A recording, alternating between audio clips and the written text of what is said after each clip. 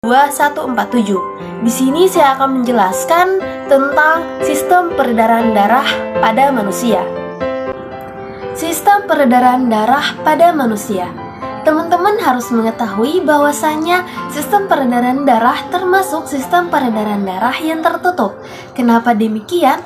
Karena sistem peredaran darah ini darah yang dialirkan melalui suatu pembuluh darah yang ada di dalam tubuh kita. Nah, kemudian darah tersebut melewati jantung sebanyak 2 kali. Ada pula proses peredaran darah manusia terbagi atas 2. Yang pertama, sistem peredaran darah kecil. Yang kedua, sistem peredaran darah besar. Dengan adanya peredaran darah, maka oksigen dan sari-sari makanan bisa diterima oleh organ tubuh. Nah, sebelum kita membahas sistem peredaran darah, kita mengenal dulu apa organ-organ yang berperan dalam peredaran darah ini. Nah, organ-organ itu ada yang pertama jantung, yang kedua pembuluh darah, dan yang ketiga ada darah. Jantung terletak di dalam dada sebelah kiri. Jantung berfungsi sebagai memompa darah ke seluruh tubuh. Dan jantung berukuran sama seperti dengan kepalan tangan manusia. Yang pertama, sistem peredaran darah kecil. Sistem peredaran darah kecil merupakan sistem peredaran darah yang dimana darah yang dialirkan yaitu dari jantung kemudian menuju ke paru-paru dan kembali lagi ke jantung. Agar lebih rinci, saya akan menjelaskan mekanisme peredaran darah kecil. Nah, teman-teman, bagian jantung dan pembuluh darah yang berwarna biru artinya kaya akan karbon dioksida atau CO2. Sedangkan bagian jantung dan pembuluh darah yang berwarna merah akan kaya oksigen atau O2. Proses peredaran darah kecil dimulai dari bilik kanan. Bilik kanan merupakan bagian jantung yang akan kaya CO2 atau karbon dioksida. Kemudian, darah yang ada pada bilik kanan akan dipompa melalui kontraksi jantung menuju ke arteri pulmonalis.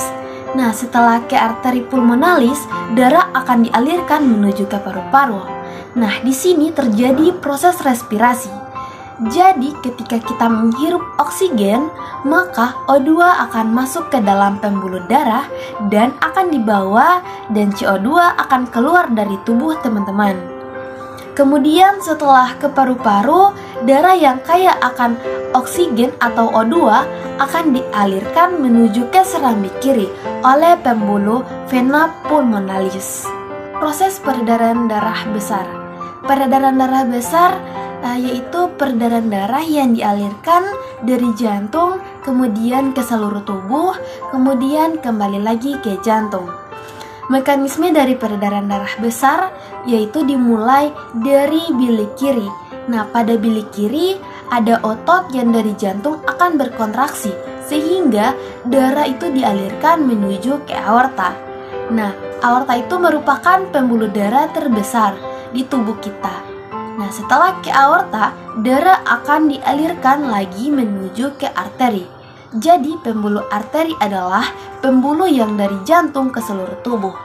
Kemudian, setelah ke arteri, diedarkan ke seluruh tubuh, baik tubuh bagian atas ataupun bagian bawah. Nah, dari kapiler-kapiler tersebut, darah yang akan kaya oksigen akan berubah menjadi darah yang mengandung karbon dioksida. Nah, akan dialirkan melalui pembuluh vena. Nah, setelah pembuluh vena, darah tersebut akan kaya karbon dioksida. Kemudian akan menuju ke serambi kanan. Itulah proses peredaran darah pada manusia.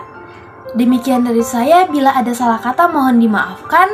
Wassalamualaikum warahmatullahi wabarakatuh.